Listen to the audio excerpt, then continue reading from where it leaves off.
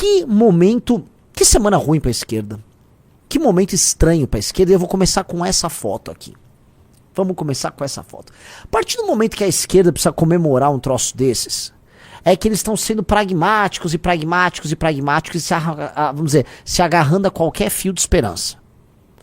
Lula, o herói da soberania, tenta vender a ideia de que ele amansou o leão, entendeu? Eu amansei o leão, dei uma cachaçinha pro leão, ele amansou o leão, e resolveu. E aí vai, vamos dizer, toda a petezada lá desesperada, é isso, o Trump gostou do Lula, o Trump gostou, gente, o Trump gosta do Lula. Entendi. No fim do dia vocês estão tarados e desesperados por validação americana. Mesmíssima coisa que os senhores bolsonaristas vivem fazendo. Bolsonaristas colocando bandeiras dos Estados Unidos no meio da Avenida Paulista durante o 7 de setembro. Aliás, pequeno parênteses, contei pros americanos da bandeira, né? Todas as reuniões que eu ia, né? Eu tentava explicar o que era o Bolsonaro. Você falava, imagine você colocar uma bandeira chinesa, vamos botar aí ou bandeira russa, em Nova York, numa parada, num desfile do 4 de julho. Eles, mas isso é um absurdo. Eu falei, o que os brasileiros fizeram com bandeira americana.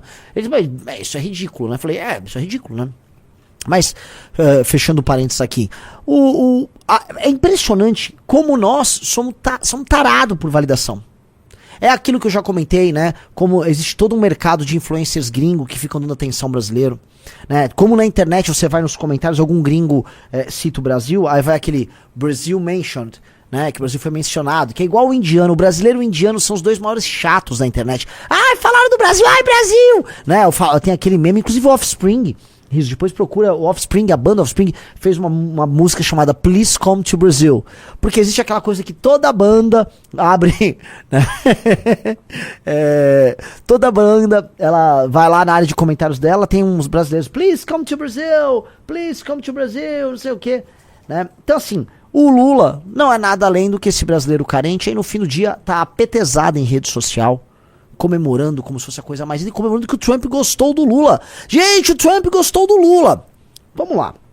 Ser gostado por um líder de uma potência não é ruim. A questão toda que nos tem aqui nossos queridos amigos petistas, vamos colocar aí, né? Essa gentalha asquerosa, é que eles acabam funcionando, né, como, vamos dizer, câmaras de eco desse espírito brasileiro carente de validação. E aí eu tava falando do carisma. O Lula é carismático, o Bolsonaro é carismático. E o Lula adotou uma estratégia negocial e de enfrentamento contra o Trump que até o momento, por diversas razões, vem funcionando. Tô falando que vem funcionando porque por enquanto não teve nenhuma tarifa que foi retirada ou nenhuma autoridade brasileira que deixou de ser alvo da Magnitsky. Mas duas coisas aconteceram. O Lula enfiou a tarifa. Ele não teve, vamos dizer, com o Brasil o resultado que ele gostaria do ponto de vista de popularidade. Que ele quer ficar apresentando para os Estados Unidos, olha, emparedei e obtive um acordo bom para a América. Essa é a história que ele quer colocar. Mas o Lula teve, ao fazer oposição ao Trump, ele teve uma resposta positiva do ponto de vista da popularidade. Ok?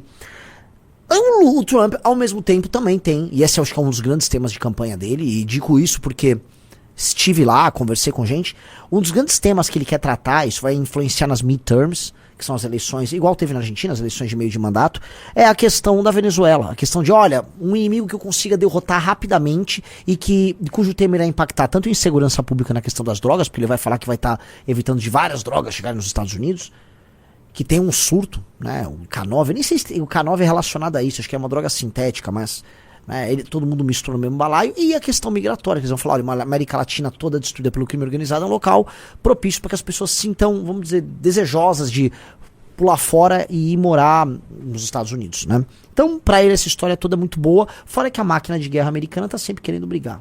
Uma questão até de manutenção, né? O óleo precisa girar na máquina, a máquina precisa estar quente. E os Estados Unidos querem invadir a Venezuela, querem depor o governo Maduro, o que seria muito bem-vindo, primeiro, antes de tudo, pro povo venezuelano. E depois, para começar a resolver não só a questão de drogas, mas esse local intrincado e problemático chamado América do Sul. E ele gostaria de ter, no mínimo, um silêncio brasileiro. O Brasil é a maior potência da América do Sul. Não ter o Brasil como aliado numa empreitada dessas é, no mínimo, desconfortável. É desejoso que o Brasil esteja ao lado dos Estados Unidos. Se não ao lado, no mínimo, silente. E também, obviamente, evitar o avanço logístico, empresarial, industrial da China na América do Sul. mormente no Brasil. O Trump precisa fazer isso e o Lula tá indo lá negociar. Já falei, num governo nosso, esse tipo de coisa não pode ficar tão barata assim. Você fala, como assim? O que você quer dizer? Só pra explicar pra vocês. Vamos lá, o Trump vem, olha que legal, saia fora da China, ok. Nós somos dependentes de exportações pra China. E de importações que geram no brasileiro uma sensação de consumo. Quando você compra um produto chinês, e hoje não é mais uma bugiganga, um produto qualquer oriundo da China, você sente que você está consumindo um produto mais barato e de qualidade melhor do que um produto que você compra aqui. Então a China tem um efeito nos brasileiros que envolve consumo de produtos que as pessoas dão um tipo de valor, e ao mesmo tempo gera divisas com a exportação de commodities, normalmente soja, minério de ferro, etc. Então, não adianta os Estados Unidos só chegar e falar, vocês não podem, vocês estão na zona de influência. Mas o que quer dizer estar na zona de influência dos Estados Unidos? Os Estados Unidos também não vai sair invadindo todo mundo. Não é também, vamos dizer, essa várzea que todo mundo coloca. E não vai poder colocar um continente inteiro dentro de sanções econômicas, senão você começa a se tornar uma espécie de vilão internacional, cuja imagem não faz bem pra eles. Não dá pra você, vou te penalizar aqui com as minhas big techs, vou te penalizar com tribunais internacionais, vou te tirar do SWIFT. Tá, você vai fazer isso com a gente só porque a gente não está fazendo negócios a contento com vocês? Não é assim que a banda toca. Nem dá pra fazer isso em larga escala. As consequências dentro do equilíbrio global são enormes. Então você precisa seduzir também. Então o presidente brasileiro, se for sentar com os Estados Unidos, ele tem que ter uma pauta de Brasil de longo prazo, de modo a saber o que ele quer, numa relação que fala, China e Estados Unidos, vocês querem disputar? Tô aqui. O que o Brasil tem que... O que o Brasil pode pleitear agora? A situação não é fácil. O que o Brasil tem que pleitear é, ao mesmo tempo em que ele tem que continuar exportando para a China as suas commodities, ele não pode ficar dependente da importação de produtos industrializados chineses, inclusive hoje de serviços e big techs chinesas, tá? Um exemplo que está tendo uma polêmica que eu vou mencionar aqui é a questão da instalação de um data center gigantesco do TikTok lá no Ceará, que eu defendo que instale, tá? Então você tem que sair dessa dependência, mas você tem que sair como? Os Estados Unidos estão tendo uma política de reindustrialização deles próprios, mas também de mudança de polo, né, de parceiros industriais, né, jogando uma parte dos seus fornecedores para Índia, outra parte para o Vietnã, outra parte para o México, e o Brasil poderia estar nessa paleta.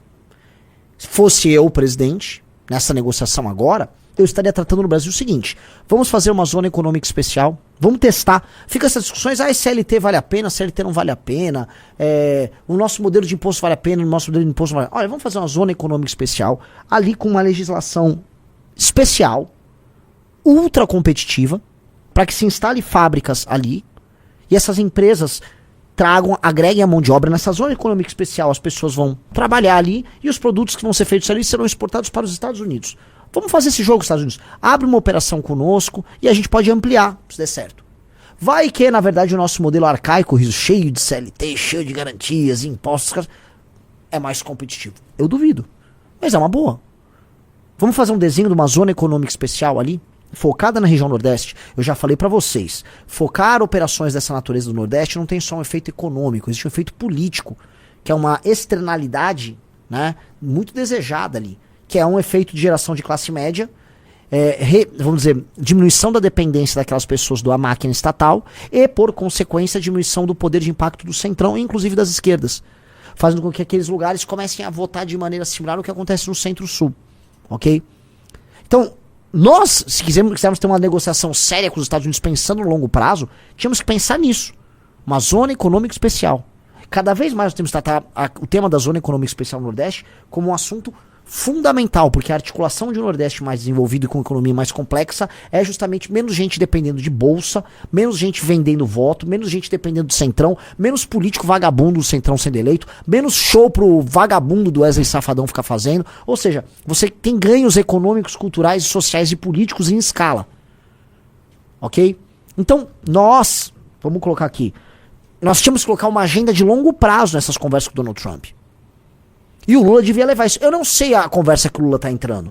Me soa que o Lula quer muito mais resolver a questão eleitoral para 2026. E o Lula tá numa posição porque para ele é confortável. Se ele continua brigando com o Trump, é ótimo. Porque ele tem um tema existencial para colocar ali na mesa. Sou o candidato defendendo a soberania do Brasil, enfrentando o Trump, né? E ainda, em cima de tudo, ele tem um bode expiatório para que, diante de uma crise econômica ou um problema econômico que surge, ele vire e fale, ó, viu, fomos sabotados pelo americano. Do outro lado, se ele consegue um acordo bom com o Donald Trump, e ele pode conseguir um acordo de diversas naturezas, ele pode, né, olha só, venci, eu sou o adulto na sala. Então pro Lula, ele ganha nas duas situações, ele pode ganhar mais ou ele pode ganhar menos. Então ele está numa posição confortável.